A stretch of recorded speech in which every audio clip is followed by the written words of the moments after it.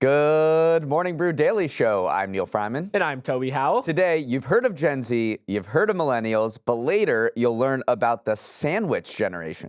Then Disney thinks it's finally figured out its succession plans. Is this the time they can finally get Bob Iger to hang up his boots? It's Tuesday, October 22nd. Let's ride.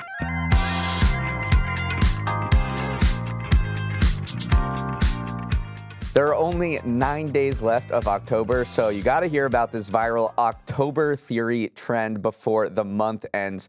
October theory, which has been spreading across social media, argues that all those resolutions you typically make during New Year's, setting goals, picking up new habits, reflecting on the state of your existence, all make way more sense during October instead of the dead of winter. The season is changing, new school years have started. It might make more sense to hit that reset button now rather than 3 months later. Toby, is New Year's in the wrong place in the calendar? I mean, I get this. October is a very introspective time. A lot of it is that you're cozying up on your couch with maybe a pumpkin spice, something in your hand. The seasons are changing, like you mentioned. Plus, it just takes so long to actually make a habit stick. And there's nothing worse than trying to make a habit stick than in the dead of winter when everyone else is doing it. So once I read this, I said, yes, this makes a ton of sense. Plus, if you haven't started on your New Year's resolutions from last year, you still got 3 months to get it done. So I think it makes a lot of sense here. Yeah, now my people have figured this out long ago because the Jewish New Year is typically in late September or October. So I'm just used to doing this introspection and this New Year's thing during the fall. And I always thought that made so much sense. And January 1st does seem super arbitrary. So maybe we should all borrow a page from Rosh Hashanah and say, let's put the New Year in October. I guess it means time can be whatever you want it to be. It really does. Like, why do we need to stick to the calendar? Make your resolutions whenever you want to make them.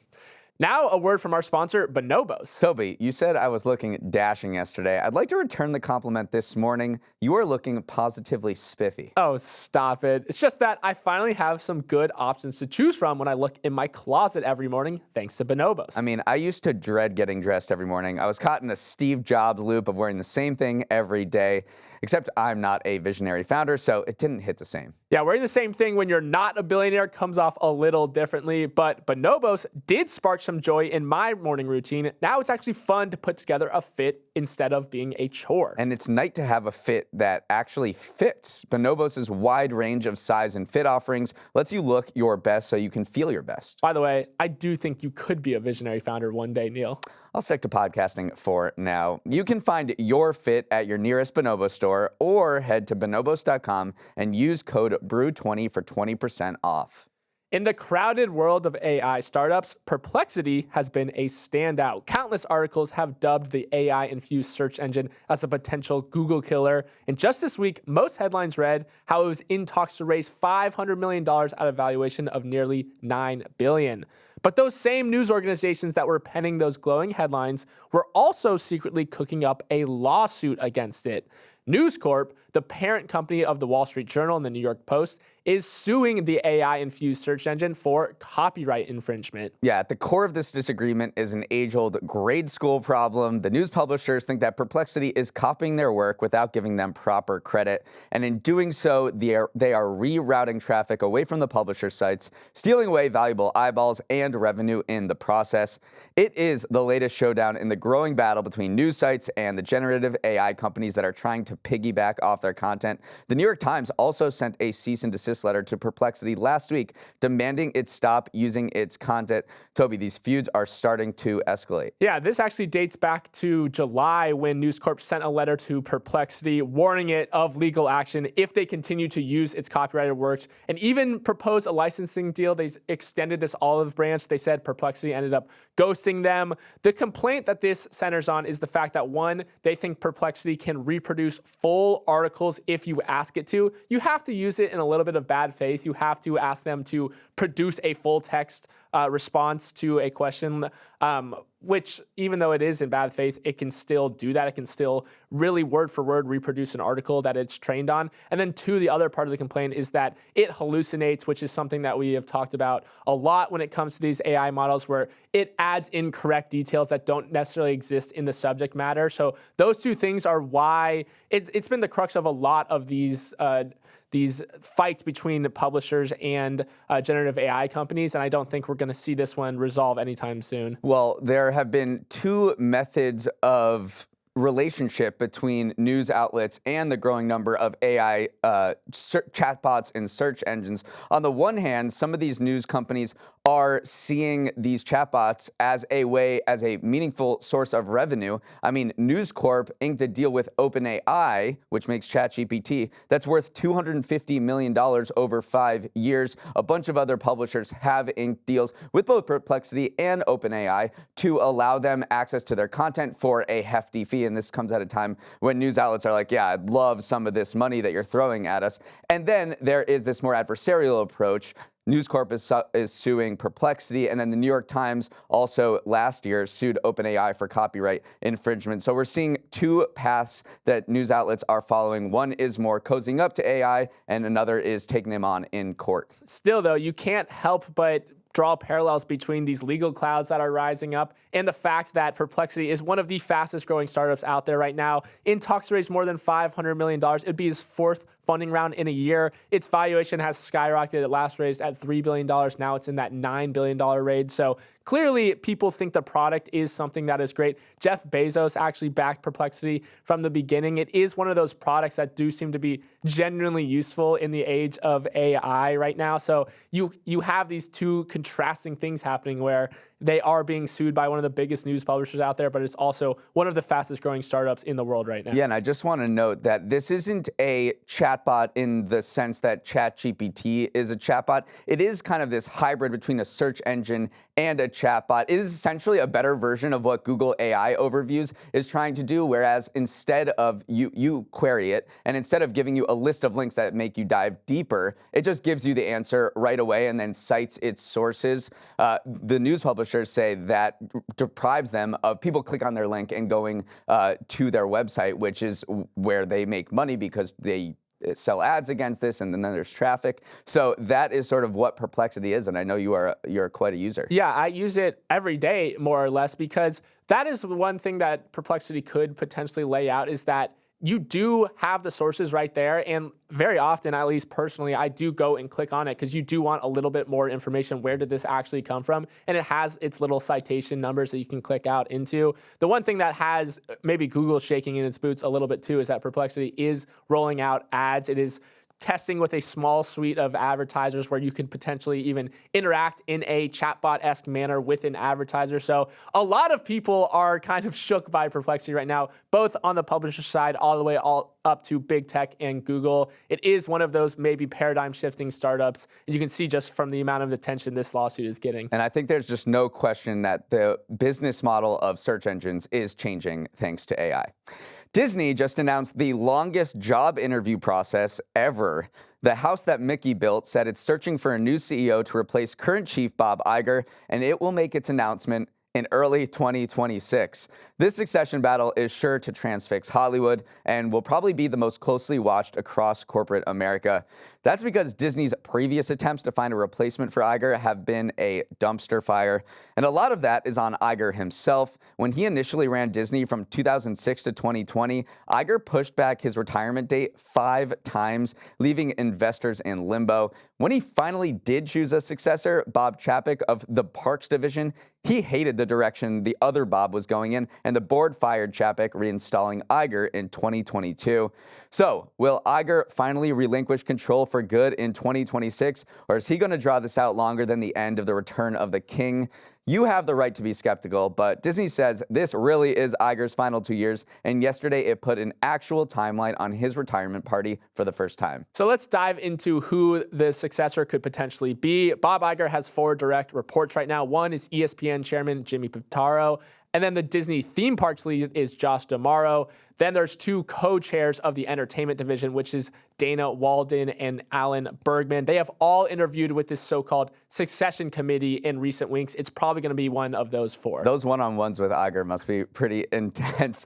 But there's a reason to think that this succession process could actually lead to a successor to Iger because of one guy, and his name is James Gorman. Disney appointed Gorman the chairman of the board, and Gorman is the former CEO of Morgan Stanley. And Gorman left Morgan Stanley after 14 years in charge last year, and he was seen running a very mature succession process for whoever would take over him. He had 3 people vying for his spot. He chose one whose name is Ted Pick, who's now leading the bank. But the other 2 people who were contenders stayed on as co-presidents, which is a sign that he did this in a very mature, professional way. And they're saying, okay, you did this at this huge bank that was very thorny, and now can you come and help us and do this at Disney, which has had all types of problems with succession over the past few years. Yeah, Gorman is kind of seen as the adult in the room here. So now, what is the big picture here? There is a specific timeline on naming successor, but unfortunately, you called it the longest job interview in history.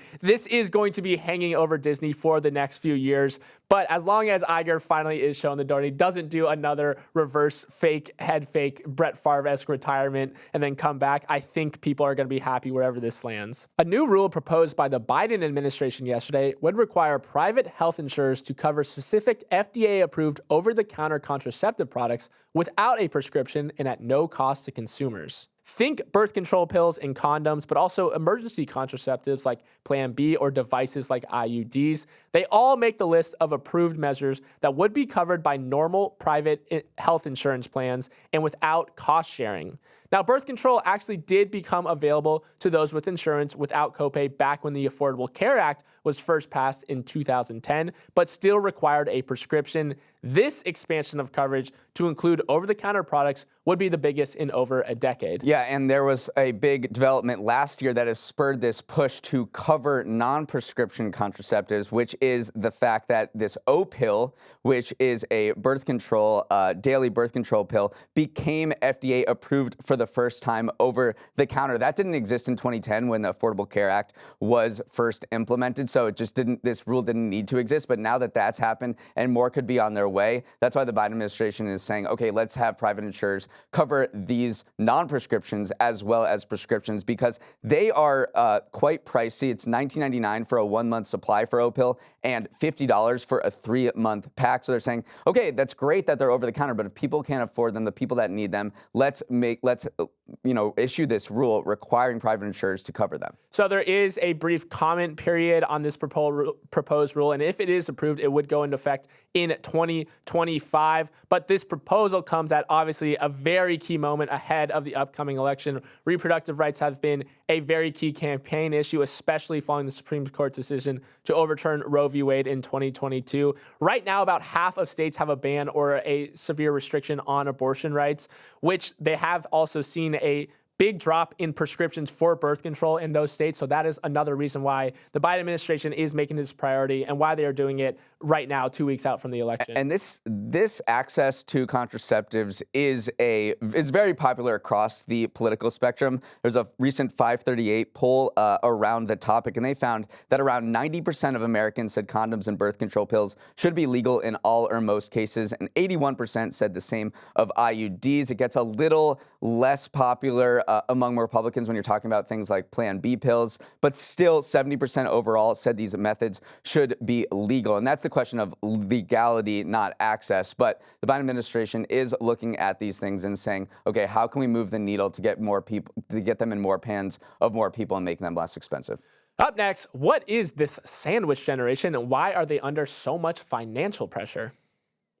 Are you someone who pulls double duty by caring for your children and a parent? If so, you're part of what's called the sandwich generation, whose ranks are growing due to demographic shifts and are bearing higher and higher financial costs. According to a Wall Street Journal report, at least 11 million people in the U.S. are now part of the sandwich generation, taking care of a child and at least one adult. And the typical Gen S, as I'll call it, is changing. Not too long ago, according to the Journal, the average double caregiver was a woman in her late 40s with teenage kids and a part-time job. But but as of 2023, the AARP found that the average age of a sandwich generation member is 44, and more are men. Almost a third are millennials and Gen Z in the critical stages of their career. And because of their growing numbers, people caring for multiple generations have drawn the attention of the two presidential candidates. Earlier this month, Kamala Harris proposed allowing Medicare to cover in-home health care, which can get super pricey for aging parents. In response, Donald Trump's campaign said it would give priority to home care benefits and offer tax credits to support unpaid family caregivers. Toby, these people must be feeling seen for the first time. Yeah, and there are a lot of them too. According to one estimate, there's at least 11 million people in the U.S. that currently fit this bill of being a part of the sandwich generation. A couple of factors are leading to this. One, people are having children later, and then two, people are just living longer in general. So that is why you're seeing this crossover of having younger children and also older parents, providing a burden, someone that you have to take care of on both sides of the spectrum. This has big ramifications for society, though, at large. One, it makes your career more difficult to pursue because if you are a full-time or even part-time caretaker,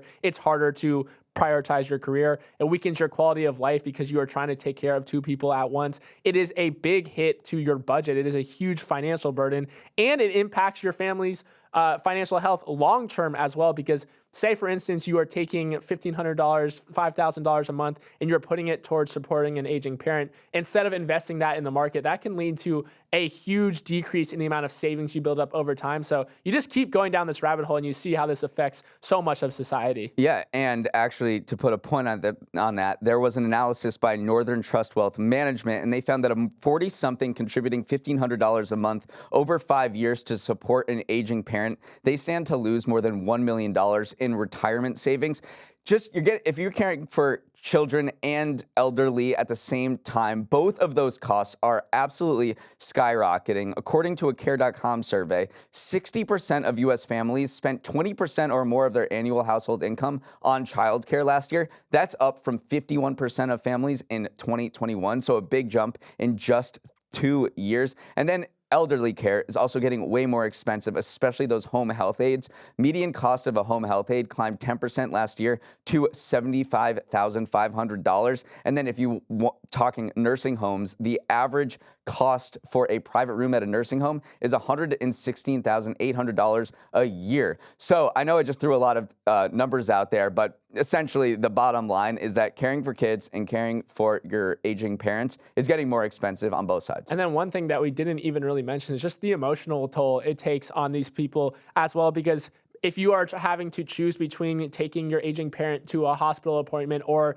missing your child's like dance recital or something like that, that is something, those are years that you can never get back. And there's no right answer here too, because you want to take care of your aging parent, but you also want to be there for your child. So we're calling it the sandwich generation, which doesn't sound that serious, but this is a very serious problem that is facing society. And I'm sure a lot of our listeners can probably empathize with this kind of conundrum that we're describing here.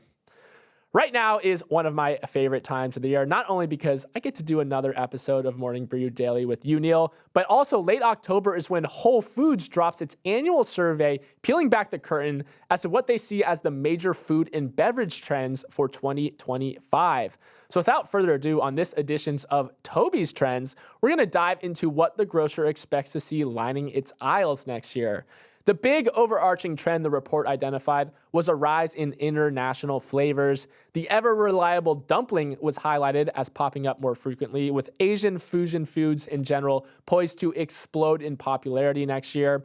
In terms of texture, the report called out crunch as the texture of the moment. Breakfast or dinner, salty or sweet, crunch is everywhere right now, with granola and nuts, crispy chickpeas, and dehydrated fruits called out as specific textured winners. And finally, in the beverage department, there's a tea boom going on now, according to the report, with functional brews with added adaptogens and benefits set to be the new hot thing. Neal, lots of trends wrapped up into this Toby's Trends. I know you are a food guy. What stood out to you? Well, my takeaway is that some of the hottest trends during the pandemic have not gone away, which was super interesting. If you look at cottage cheese, Whole Foods identified cottage cheese as sticking around and being really the it girl in dairy. And then same with sourdough, which is super surprising. We all thought that would have gone the way of Peloton or other pandemic trends, but sourdough has still remained and remains a force in the food world. So those were two things that stood out. And I was like, what is it, 2024? And we're still talking about cottage cheese and sourdough. So those are two of the takeaways that stood out to me. Another thing that they called out too was just the rise in water bottles right now. If you think about most people think about your office or your friends, someone is probably lugging around a Stanley or something like that, which has led to this increase in consumption of just cooler stuff to drink in general. They say that you go to trade shows these days and you see sparkling coconut water, chlorophyll water, even protein water. There's this whole trendy category emerging in between water, soda, and energy drinks. I'm calling it super water. You can call it whatever you want, but it is just these elevated beverages that have health benefits, but also are just cooler to drink than maybe the typical drinks you've grown up on. To close out the show, we're going to try something a little different, a rapid-fire rundown of other headlines from the day's news. Still working on naming the segment. If you have any ideas, feel free to shoot them our way. Okay, here we go. Goldman Sachs said, enjoy your stock market returns now because this party ain't gonna last. In a new analysis, the bank's strategists predict that the S&P 500 will post an annual nominal return of just 3% over the next 10 years and get beaten by bonds and inflation. They wrote, investors should be prepared for equity returns during the next decade that are towards the lower end of their typical performance distribution. Toby, this shouldn't be a problem for you because your typical performance isn't very good to begin with. Oh, come on. Wait, you have made money in the market over the last decade? Goldman says the stock market party is over. You can always have these kind of big bearish forecasts. You never know until you're in the moment. But saying that they expect returns to be in the 3% range compared to the 13% that we've seen over the last decade, that is a little bit scary. We'll see if they are correct. There is still some hysteria around listeria. After an outbreak of the bacteria tied to boar's head liverwurst killed 9 people earlier this year, Treehouse Foods has issued a voluntary recall for hundreds of varieties of its frozen waffle products due to potential listeria contamination. As of now, there have been no reported illnesses, but Neal, maybe opt for pancakes at breakfast time instead of waffles. The big revelation here is that one company supplies the store brands for every single major grocer, including Walmart, Target, Harris Teeter, Publix, and Food Lion. So when you go to these different grocery stores and you're buying their store brand frozen waffles, you're buying it from the same manufacturer. And obviously that is a huge problem when there is a listeria outbreak.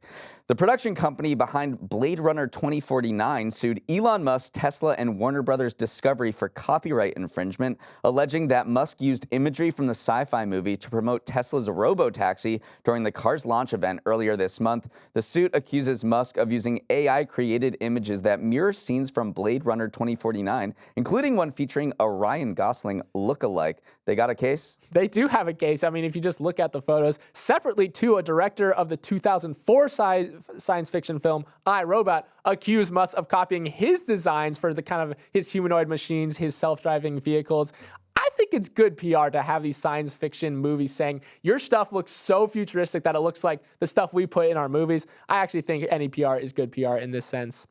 Cooper Hefner, one of 3 sons of Playboy founder Hugh Hefner, made a $100 million all-cash offer to buy the Playboy brand yesterday. He says that this opportunity is, quote, deeply personal for him, and his goal is to restore the brand to its roots while innovating for the future. Neal, Playboy hasn't published a physical magazine since 2020. Does this mean I have to start covering my eyes when I walk into gas stations again? It might, but you actually have to start covering your eyes when you look at Playboy's stock price, because in 2021, when it went public, it had a valuation of more than $2 billion. Now its market value is down 99% to about $53 million. So who knows, maybe another Hefner is just what Playboy needs.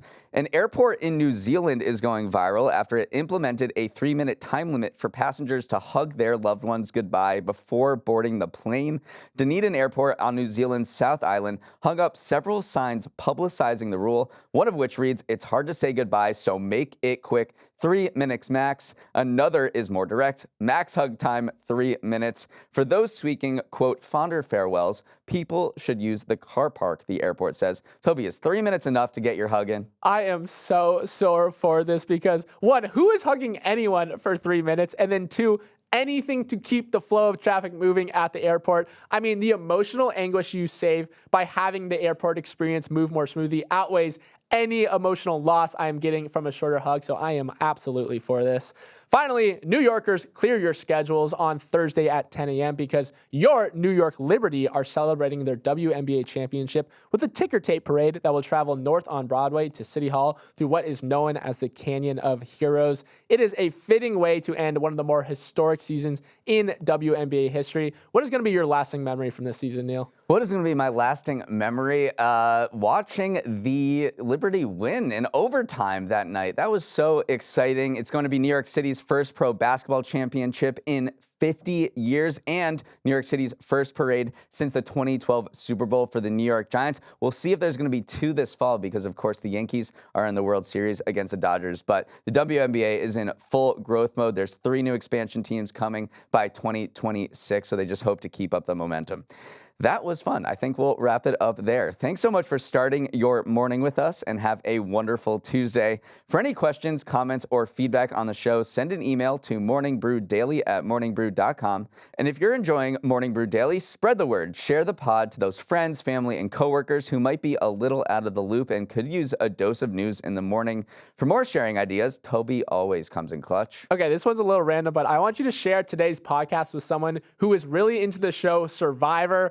Honestly, I just started watching it for the first time and am very obsessed. So I want the Venn diagram of Survivor watchers and MBD listeners to grow today. Let's roll the credits. Emily Milliron is our executive producer. Raymond Liu is our producer. Olivia Graham is our associate producer. Uchenna Ogu is our technical director. Billy Menino is on audio. Hair and makeup is a proud member of the hot dog generation, not to be confused with the sandwich generation. Devin Emery is our chief content officer, and our show is a production of Morning Brew. Great show today, Neal. Let's run it back tomorrow.